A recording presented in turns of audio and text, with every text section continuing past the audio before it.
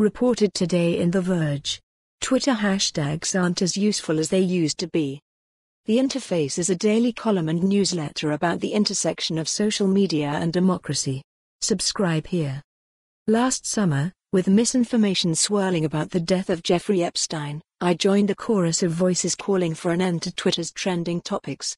The feature is generated by algorithms with little editorial oversight, is easily gamed by bots and bad actors, and yet continues to drive the news cycle anyway. Get rid of it, or have humans run it, and Twitter would only be better for it. Many of those arguments have been relitigated over the past day as journalists dig into #NeverWarren, a hashtag that was briefly trending on Twitter in the wake of a dust-up between Democratic presidential candidates Elizabeth Warren and Bernie Sanders. Warren spoke sharply to Sanders after their most recent debate. Here's Eric Newcomer at Bloomberg. On Wednesday morning, the hashtag #NeverWarren appeared at the top of Twitter's trending topics. As of late Wednesday afternoon it had been mentioned more than 80,000 times, according to Ben Nimmo, Director of Investigations for social media monitoring company Graphica.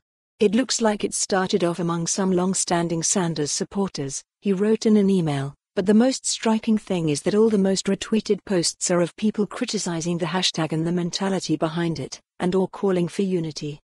As Nimmo notes, the hashtag seemed to trend not because a critical mass of Democrats was tweeting outrage at Warren, but rather because Warren supporters were outraged that anyone had tweeted with a #NeverWarren hashtag.